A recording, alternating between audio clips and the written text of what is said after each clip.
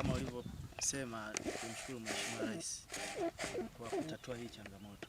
Ilikuwa ni changamoto nzito. Nafikiri hata ukiona jinsi ambavyo mahandaki haya yanaonekana, utaona kwamba kulikuwa na kazi kubwa ambayo isingekuwa commitment ya viongozi wakubwa kama Mheshimiwa Rais, inawezekana hili tusingeweza kulitatua. Kwa hiyo tumshukuru Mheshimiwa Rais na serikali ya awamu ya 6 kwa kutusaidia sisi wanakwimba kuhakikisha kwamba tunakuwa na uhakika wa kwenda na kurudi nje ya Kwimba kwa uhakika.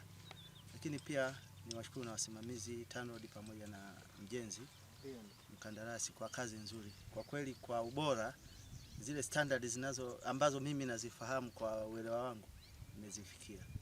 Kwa hongereni sana.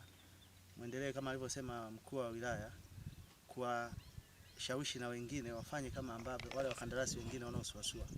Wakati mwingine wanakuja wanajifunza. Elimu haina mwisho. Pale tunaweza kupata wakandarasi wazuri sana tukifuata ule utaratibu anaotumia Bwana Mange. Hongereni sana na mimi nawatakia kazi njema kuelekea mwisho wa project. Lakini ikitokea tena muombe, kwa sababu kazi tumeipenda kweli. Asanteni sana.